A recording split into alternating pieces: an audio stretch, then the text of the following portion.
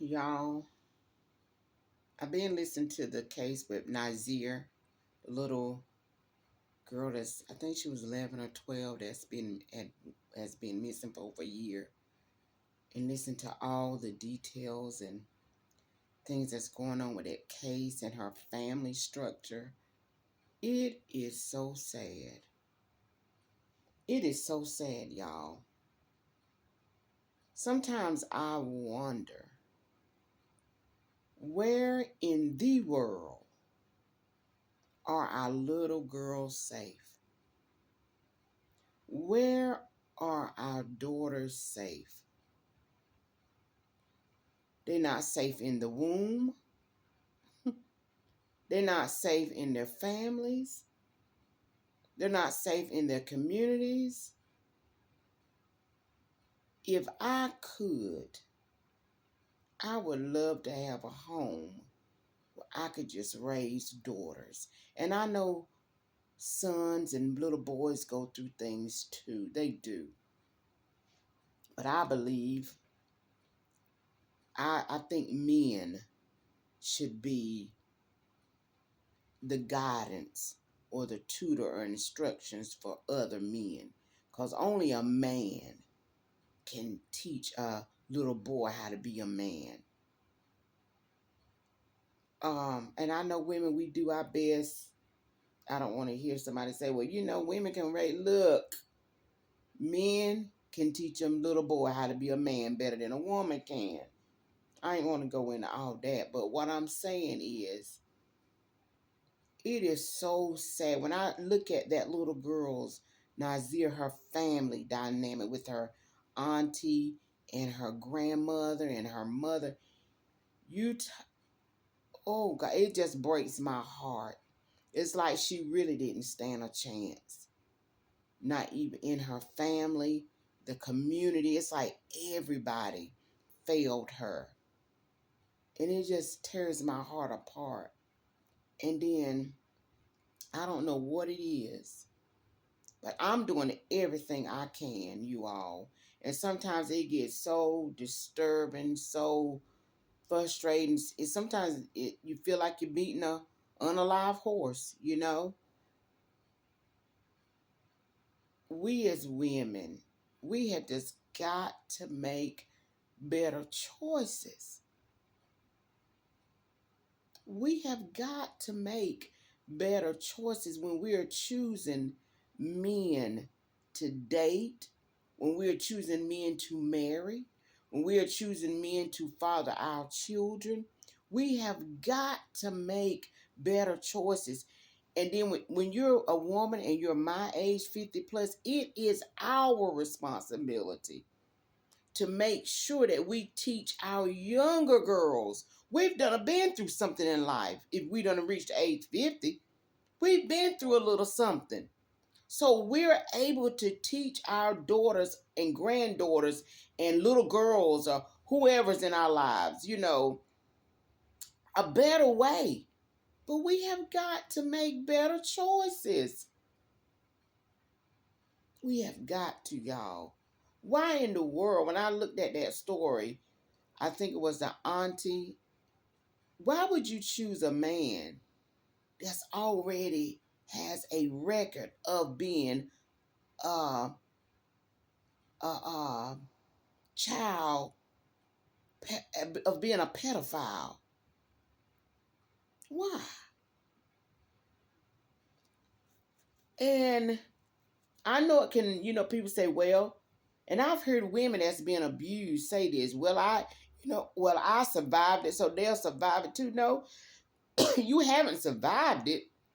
You have just learned how to maneuver in life through trauma, through struggle, relationships and struggle, love and dysfunction. You just maneuvered through dysfunction, and now you're raising up another generation in that same dysfunction. Somebody got to want to be healed.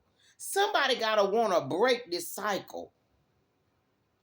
I was looking at another story, I think in Duval County, somewhere, where a 20-year-old young boy was arguing with his girlfriend in the car. They had an 8-month-old baby in the car.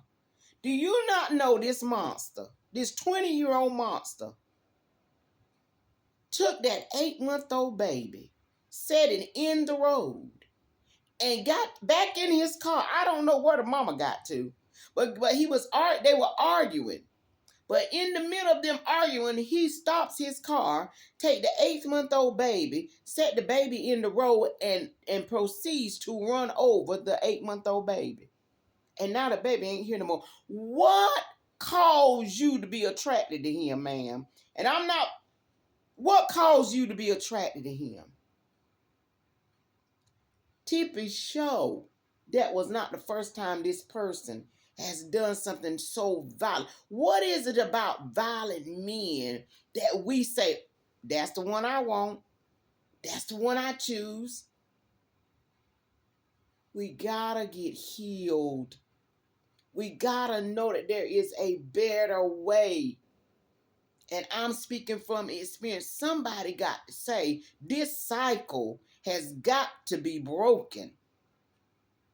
Why have I chosen somebody like this? Why? Let me tell you, it's just it's so heartbreaking. So heartbreaking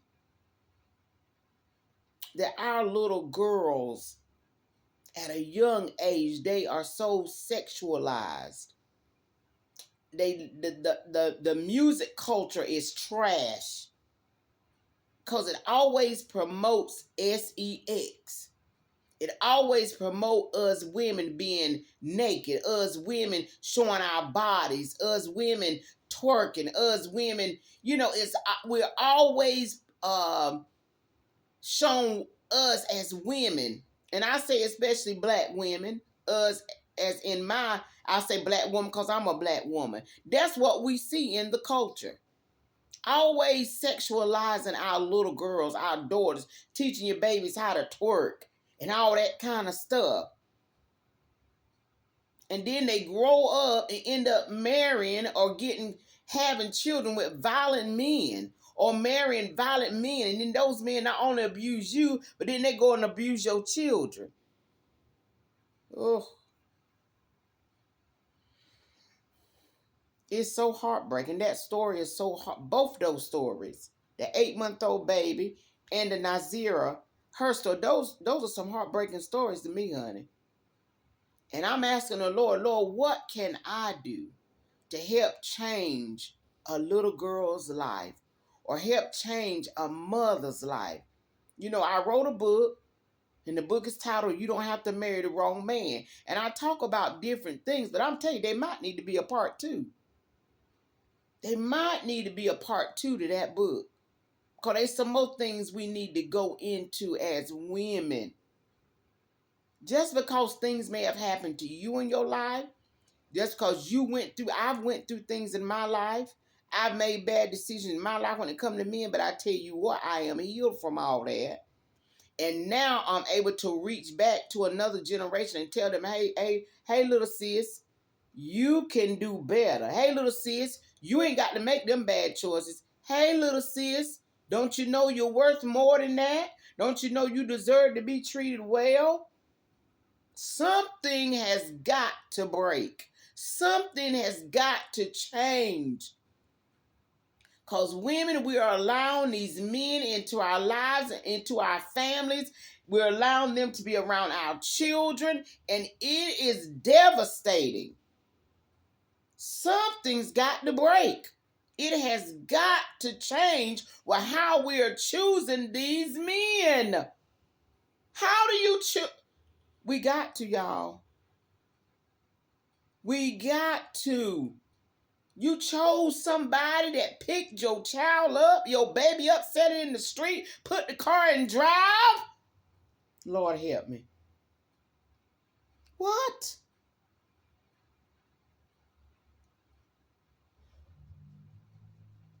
You chose someone that's attracted to a 10-year-old? What?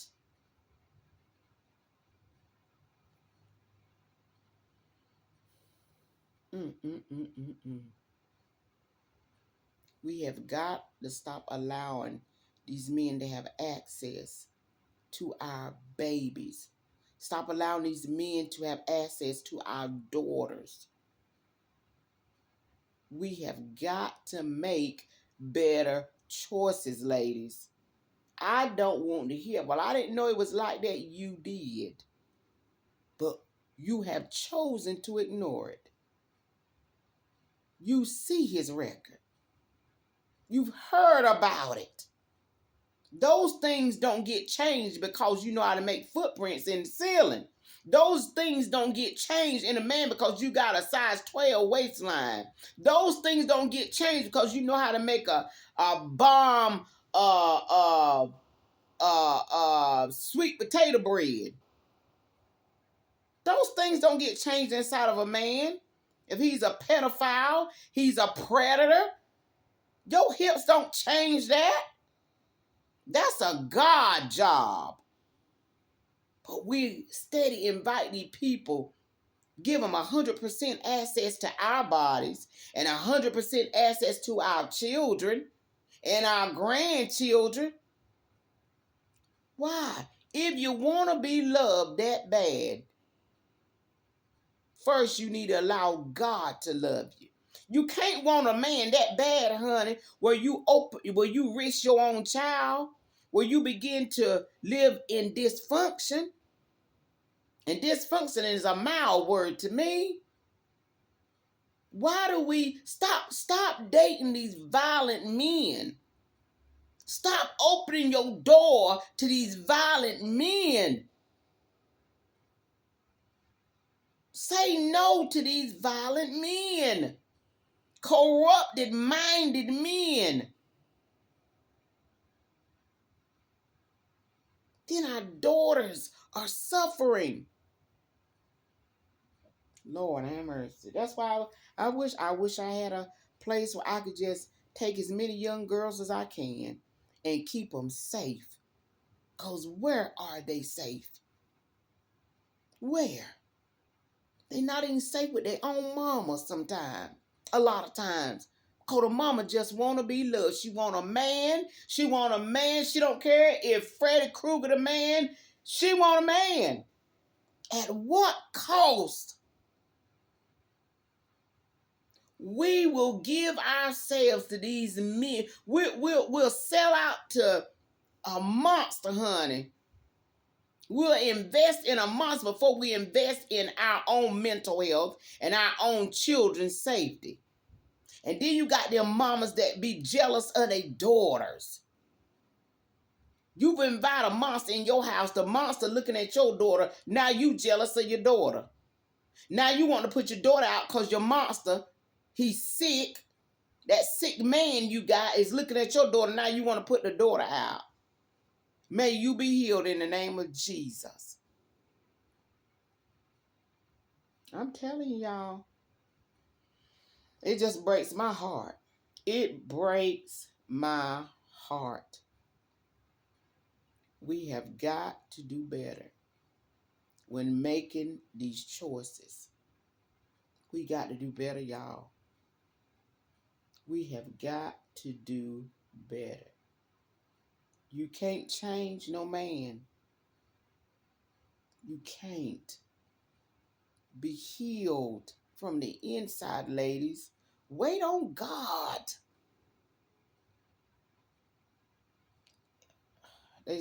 All right. Y'all continue to pray for the safety of our daughters. And continue to pray that we as women, especially single mothers, because a lot of these men, they prey on single women because they feel like we're desperate. And most of us are desperate because we just want a man. And Lord knows if he got green eyes and he light skin with some curly hair, we sold, honey. We sold. But it's a lot more than green eyes, curly hair, and bright skin. I'm telling you, we have invited monsters into our homes, and we have given them 100% access over our children. And that monster, baby, these men is destroying lives. Our daughters ain't safe hardly nowhere. Not even amongst their own people. They not safe. That's why we got to pray. That spirit of perversion, that spirit of molestation will not come near our daughters. And pray that the mind of these single mothers will be changed. Will be changed. That you don't love yourself and don't know who you are and your worth and don't know God enough to know that you shouldn't be with certain people. Some people ain't even eligible to be dated. Some people don't even, you don't need to never date some of these people. But they ain't nowhere in the world now. All right. Y'all continue to pray.